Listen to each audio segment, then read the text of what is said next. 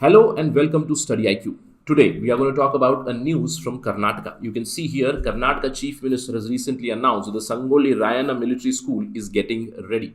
So the topic of our discussion is Sangolli Rayanna military school. The Karnataka government is in talks with the Ministry of Defense, and ultimately this school, military school named after freedom fighter Sangolli Rayanna, it will be handed over to the Defense Ministry. So in this lecture, we'll understand the development of this military school, what all other announcements have been made by the Karnataka government, and in general, we'll also talk about the freedom fighter Sangolli Rayanna. So that would be the agenda in this lecture. To get to know all those things, stay with me on Study IQ. I am your friend Rahul Sai Gaonkar. You can follow me on this particular ID at the rate Rahul Sai 222. If you have any queries, any doubts, if you want to connect with me, just message me on Instagram. I do reply on Saturdays and Sundays. And if you're preparing for state PSC examinations, here is a list of state PSC programs that we run. We do have a Karnataka PSC examination course also. Just visit studyiq.com, or you can also download the app from Google Play Store to know more about us.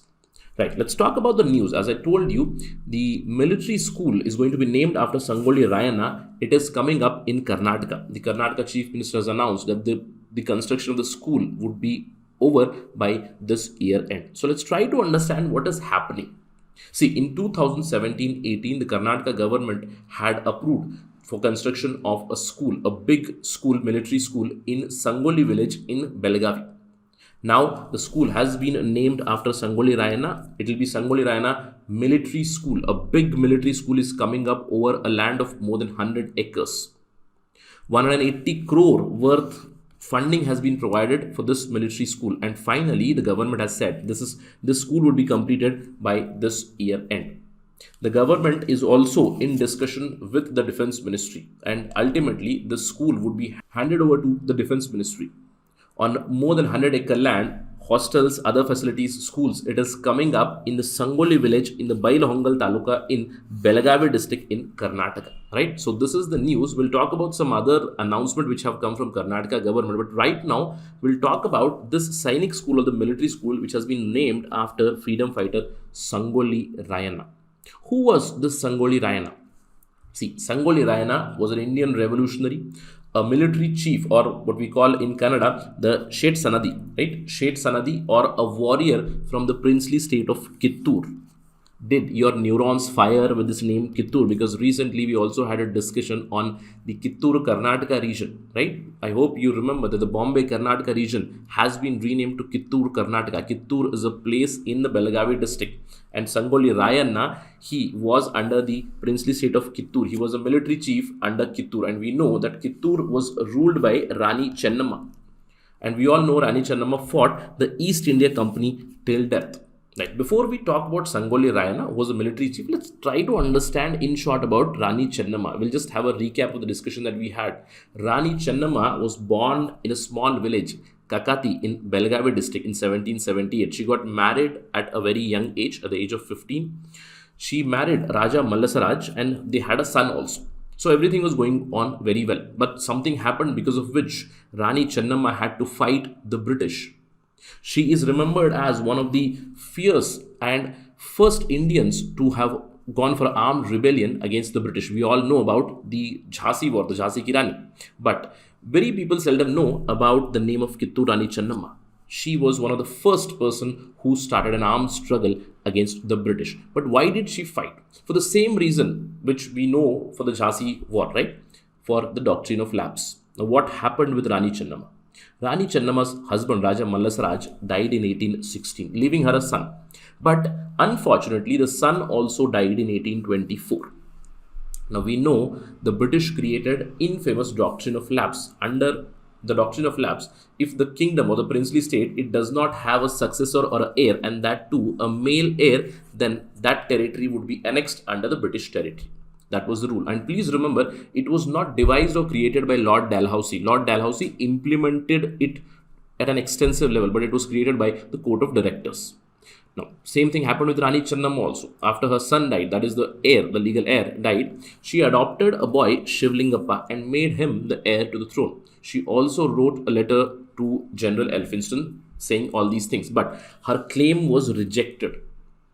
So British, they came to annex the territory of Kittur. Rani Chennamma, she rejected the doctrine of lapse and she took up arms against the British. A fierce battle ensued in 1824. More than 20,000 British troops with more than 400 guns, they came up to fight in Kittur. In the initial battle, the East India Company was subjected to heavy losses. Their general, John Thackeray, lost his life. But the British later on, they used their chicanery and the treacherous methods that they used, and eventually they prevailed. Now, in this battle against the British, Rani Chennamma was supported by many able military leaders like Sangolli Rayanna, Guru Siddhappa, Amatur Ballappa. Amatur Ballappa is said to have killed John Thackeray. Now, despite her heroic efforts, Rani Chennamma was captured in the second battle and then she was imprisoned in Bailhongal Fort, where she breathed her last in 1829.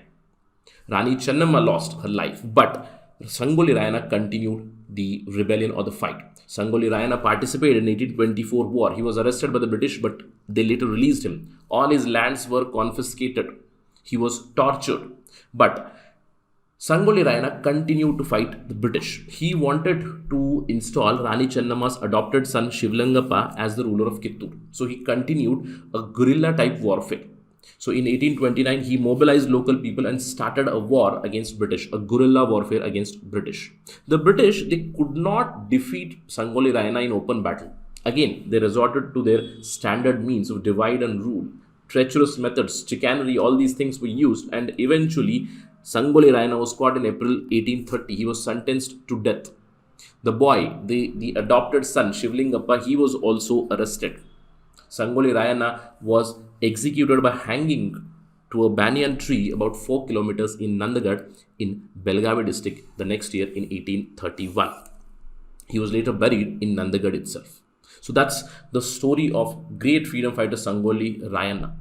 And now the Karnataka government has said that it is committed to keep alive Sangolli Rayanna's ideals of patriotism, integrity, and valor in the present society. They want the youth, they want the younger generation to know about the sacrifices of Rani Chennamma, the sacrifices of Sangolli Rayanna. Apart from the military school, the Karnataka government has also said that the resting place at Nandagad of Sangolli Rayanna, a rock garden in 10-acre area would be created. The government has already approved the project. Now, this rock garden is going to give a glimpse of life of Sangolli Rayanna for the younger generation so that they learn from those ideals. Karnataka Chief Minister Basavaraj Bommai has also made an announcement that very soon the government is going to issue an order where Sangolli Rayanna's photograph is going to be installed in all educational institutions in Karnataka. In fact, the Karnataka government has also written a letter to the central government suggesting that a Sangolli Rayanna statue has to come up outside the parliament. We all know that there is already Rani Chennamma statue in Delhi in the parliament complex. Now, Karnataka government is requesting a Rayanna statue to be installed where Chennamma statue is also there. The Karnataka government has said there is already a statue of Rani Chennamma in Delhi. Rayanna statue has to be there where Chennamma's statue is there. So in upcoming future, we might see Sangolli Rayanna's statue in Parliament complex soon. Whenever that happens, we'll discuss. So all these announcements were made by Karnataka Chief Minister Basavaraj Bommai. Apart from this, we can anticipate what can happen next. See, recently a letter has been written by BJP MP PC Mohan to Karnataka Chief Minister where they have asked for renaming the roads and the institutions.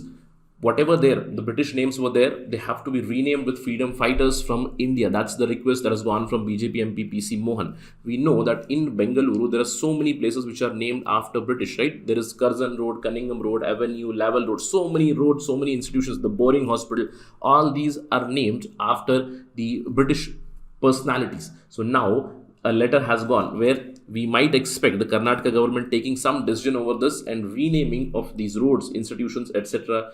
after freedom fighters. And Sangolli Rayanna, we already know that Krantivir Sangolli Rayanna metro station is there, but some other road or some other institutions might be named after freedom fighters, including Sangolli Rayanna. So let's wait and watch for that. Whenever that happens, we'll discuss that again on Study IQ. But let me end this discussion with a small information for you. If you want to know more about Sangolli Rayanna, in popular culture, there is a movie also made in Sandalwood, that is the Kannada film industry. It's named after Krantivir Sangolli Rayanna itself. Darshan has starred in this movie. If I'm not wrong, I think it was released in 2011 or 2012, right? So again, there are a lot of Hindi dub movies which are coming up. So if you want to know more about the uh, the personality, you can watch the movie. Although a work of fiction, but some of the things have been shown appropriately. And of course, you know the South Indian industry, the fight scenes are quite exaggerated. So beware of that. Right. With that note, let me end the discussion. Thank you for watching this. Jai Hind.